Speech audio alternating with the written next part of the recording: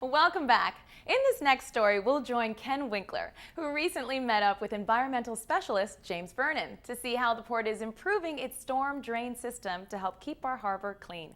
Take a look.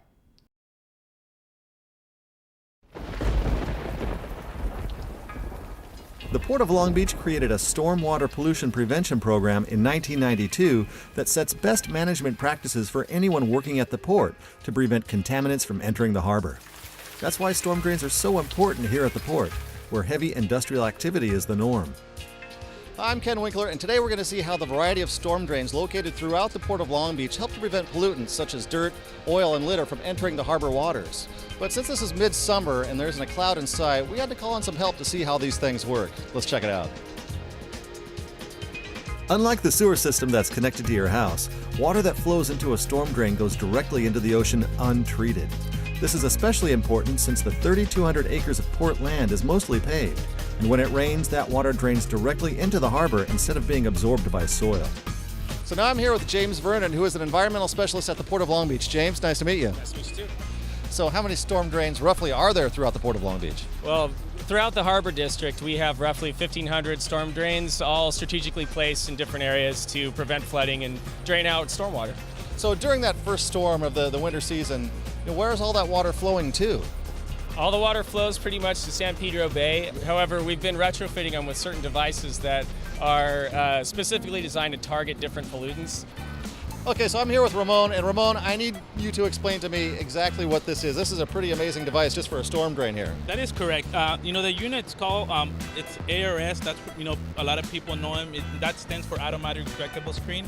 And what the purpose of the screen is, it's pretty much during the dry season, it will keep all the trash from going into the catch basin, so that way it'll be picked up by the street sweeper. Okay, Ramon, I know we're going to test this storm drain today, and I see that we have this water truck behind us. How are you going to test it with the water truck? What we're going to do is we're going to put a containment water tarp on the front of the catch basin, and we're going to simulate 1.5 inches of water flowing into the catch basin to show how the unit's going to open automatically and how the unit's going to close itself again.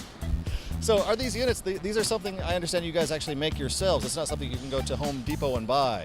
Yeah, that is correct. Because of the structures of the device or the catch basins, each of the unit has to have its own device. So we have to come and do a pre-inspection and a pre-measuring before we fabricate the units, because each of the unit has to be pre-fabricated, for that particular catch basin, just because, the height and the length of the catch basin vary. So, that's the reason why there's not like a standard size, that it fit all.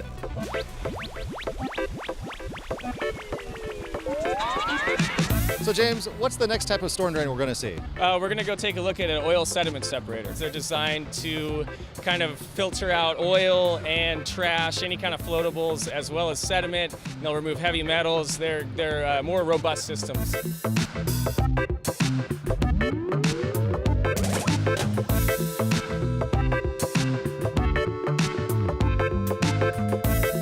Okay, James, I see some pretty disgusting stuff down there. What has this thing collected?